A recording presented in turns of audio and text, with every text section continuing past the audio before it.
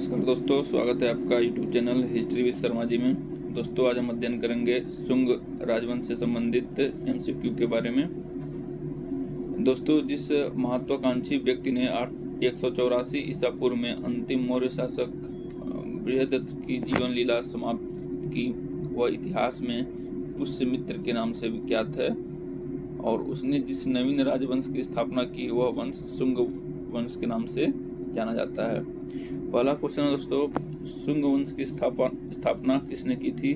Option हैं, option A Pushyamitra Shunga, option B Agnimitra Shunga, option C Devabhuti, option D Brahmagupta. तो दोस्तों, इसका जो सही उत्तर है वह है ऑप्शन ए पुष्यमित्र शुंग। शुंग वंश की स्थापना किसने की थी?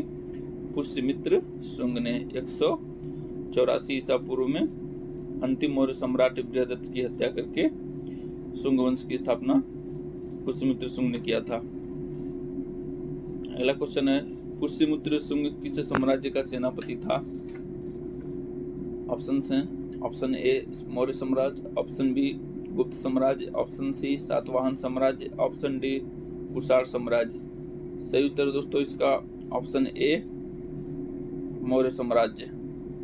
पुष्यमित्र शुंग मौर्य साम्राज्य का सेनापति था। अगला क्वेश्चन है, शुंग वंश के संस्थापक पुष्यमित्र शुंग ने किस मौर्य सम्राट की हत्या की थी? ऑप्शन हैं, option A Ashok, option B Brihadrath, option C Dashmitra, option D Kunal. दोस्तों, इसका जो सही उत्तर है वह है ऑप्शन बी बृहद्रथ।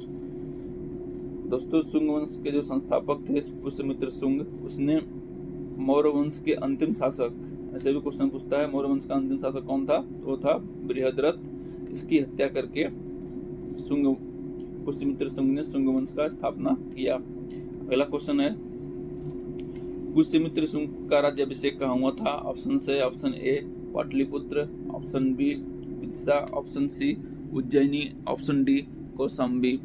दोस्तों, इसका जो सही उत्तर है वह है ऑप्शन ए पाटलिपुत्र। पुष्यमित्र शुंग का राज्याभिषेक पाटलिपुत्र में हुआ था। अगला क्वेश्चन है, पुष्यमित्र शुंग ने किस धार्मिक अनुष्ठान का आयोजन किया था? ऑप्शन हैं, ऑप्शन ए अश्वमेध यज्ञ, ऑप्शन बी राजस्व यज्ञ, ऑप्शन सी वाजपेयी यज्ञ, ऑप्शन डी अघोर यज्ञ। तो दोस्तों, इसका जो सही उत्तर है वह है ऑप्शन ए अश्वमेध यज्ञ।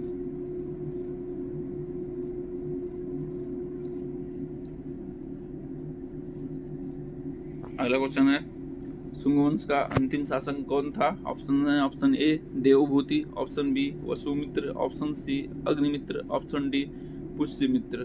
तो दोस्तों, इसका जो सही उत्तर है वह है ऑप्शन ए देवभूति। अगला क्वेश्चन है, शुंग वंश के शासकों ने किस धर्म को संरक्षण दिया? ऑप्शन हैं, ऑप्शन ए जैन धर्म, ऑप्शन बी बौद्ध धर्म, ऑप्शन सी ब्राह्मण धर्म, ऑप्शन डी ईसाई धर्म। दोस्तों, इसका जो सही उत्तर है वह है ऑप्शन सी ब्राह्मण धर्म। शुंग पुष्यमित्र शुंग दोस्तों जात से खुद ब्राह्मण था और इसलिए उसने ब्राह्मण धर्म को ही संरक्षण दिया। ब्राह्मण धर्म का विकास हुआ, भागवत धर्म का विकास हुआ शुंग वंश के शासनकाल में। अगला क्वेश्चन है,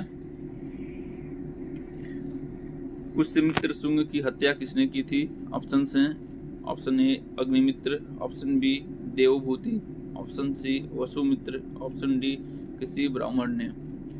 दोस्तों, इसका जो सही उत्तर है वह है ऑप्शन डी किसी ब्राह्मण ने जो है पुष्यमित्र शुंग की हत्या किया था। दोस्तों, इसका नेक्स्ट क्वेश्चन देखते हैं।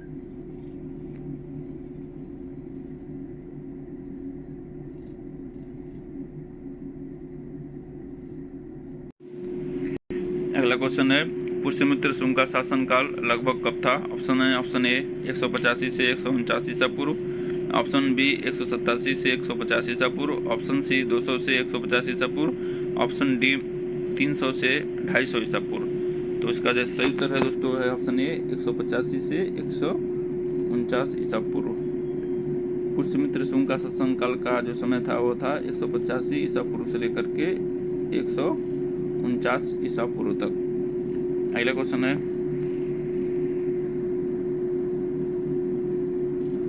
शुंग वंश की राजधानी कहाँ थी? Option A Pataliputra, option B Ujjain, option C Kashi, option D Ayodhya. इसका सही उत्तर है ऑप्शन ए पाटलिपुत्र। शुंग वंश की राजधानी पाटलिपुत्र में थी। अगला क्वेश्चन है, अग्निमित्र शुंग किस प्रसिद्ध नाटक का पात्र था? Option A Abhijnana Shakuntalam, option B Malavika Agnimitram, option C Meghaduta, option D Vikramorvashiyam. ये इंपॉर्टेंट क्वेश्चन है दोस्तों। इसका जो सही उत्तर है वो है ऑप्शन बी मालविका अग्निमित्रम। अग्निमित्र शुंग जो है मालविका अग्निमित्रम नामक नाटक का पात्र था। मालविका अग्निमित्र यह महाकवि कालिदास का नाटक ग्रंथ है। इसमें शुंगकालीन राजनीतिक गतिविधियों का ज्ञान प्राप्त होता है।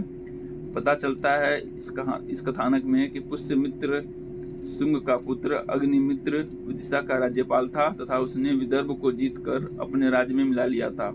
कालिदास यवन आक्रमण का भी उल्लेख करते हैं, जिसके अनुसार अग्निमित्र के पुत्र वसुमित्र ने सिंधु सरिता के दाहिने किनारे पर यवनों को पराजित किया था। तो यवनों को कौन पराजित किया था? तो उसका उत्तर हो जाएगा वसुमित्र ने। अगला क्वेश्चन देखते हैं दोस्तों। शुंग वंश के दौरान कौन सा विदेशी आक्रमण हुआ था? ऑप्शन है ऑप्शन ए यूनानी आक्रमण, ऑप्शन बी शक आक्रमण, ऑप्शन सी हुड़ आक्रमण, ऑप्शन डी कुषाण आक्रमण। सही उत्तर है दोस्तों इसका ऑप्शन ए यूनानी आक्रमण। शुंग वंश के दौरान यूनानी आक्रमण हुआ था, यवनों का आक्रमण हुआ था। अगला क्वेश्चन है, पुष्यमित्र शुंग ने किस क्षेत्र में बौद्ध धर्म के प्रचार को हतोत्साहित किया? ऑप्शन है option A Gandhara, option B Magadha, option C Kaushambi, option D Pataliputra. दोस्तों इसका जो सही उत्तर है वह है ऑप्शन बी मगध। पुष्यमित्र शुंग ने मगध क्षेत्र में बौद्ध धर्म के प्रचार को हतोत्साहित किया। दोस्तों हम देखते हैं कि क्षेमेंद्र कृत्य एक पुस्तक है, औदान कल्पता नामक एक पुस्तक है, औदान कल्पता, जिसकी रचना किया है क्षेमेंद्र नामक कवि ने इसकी रचना किया है। क्षेमेंद्र कृत्य औदान कल्पता, इसमें जो है पुष्यमित्र को बौद्ध धर्म के संहारक रूप में दिखाया गया है। क्वेश्चन ये भी आता है कि किस पुस्तक में जो है पुष्यमित्र संघ को बौद्ध धर्म के संहारक रूप में प्रस्तुत किया गया है? तो वह है औदान कल्पलता। औदान कल्पलता के लेखक कौन है? क्षेमेंद्र। तो इससे संबंधित क्वेश्चन है, पुष्यमित्र शुंग ने किस क्षेत्र में बौद्ध धर्म के प्रचार को हतोत्साहित किया? तो वह है मगध।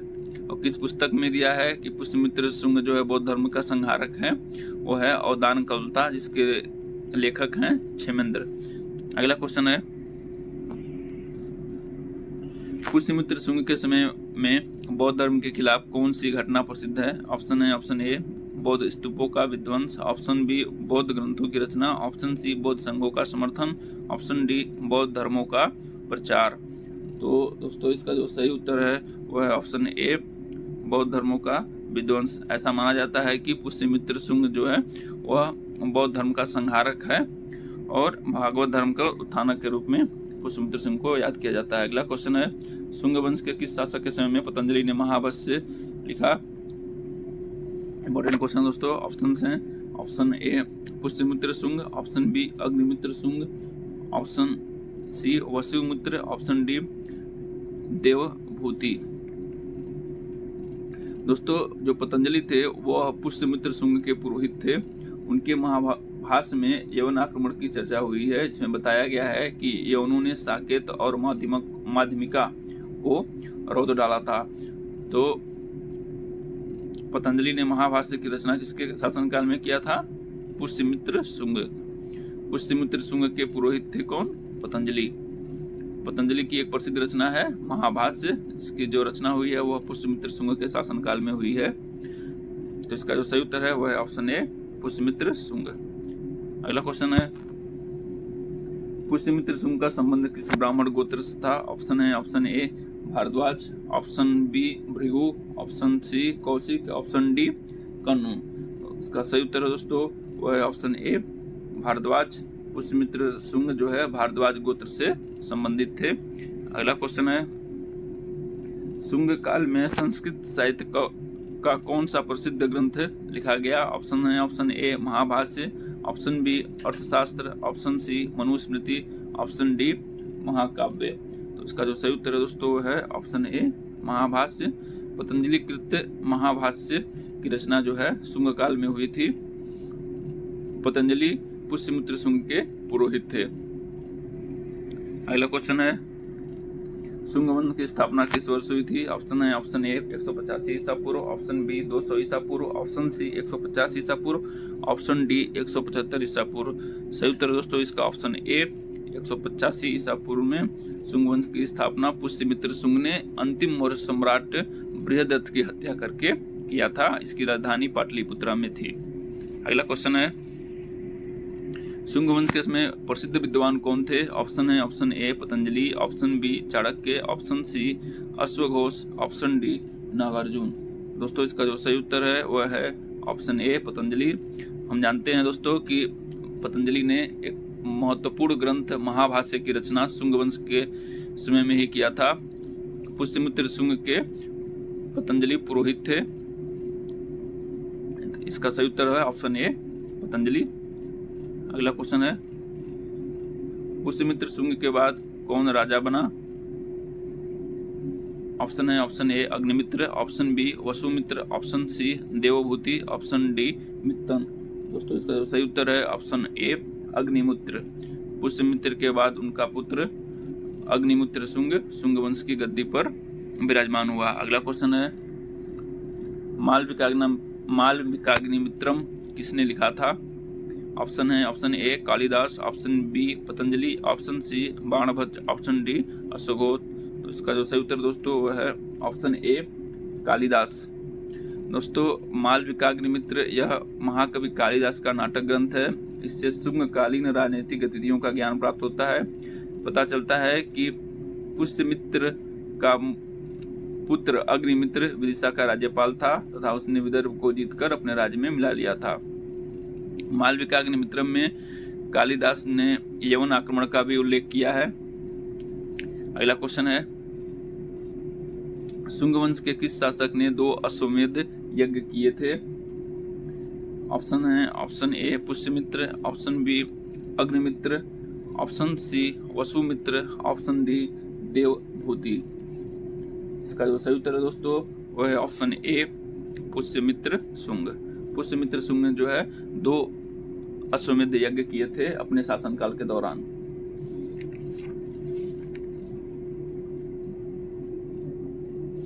किया है मालविकाग्निमित्र में कालिदास कहते हैं कि अग्निमित्र के पुत्र वसुमित्र ने सिंधु नदी के दाहिने तट पर यवनों को पराजित किया था। अगला क्वेश्चन है, शुंग काल में प्रमुख वास्तुकला क्या थी? ऑप्शन है option A stupa, option B गुफाएं, ऑप्शन सी मंदिर, ऑप्शन डी पगोडा। तो सही उत्तर दोस्तों इसका ऑप्शन ए स्तूप। शुंग काल में प्रमुख वास्तुकला क्या थी? तो सही उत्तर है इसका स्तूप। स्तूपों का रचना निर्माण शुंग काल में हुआ।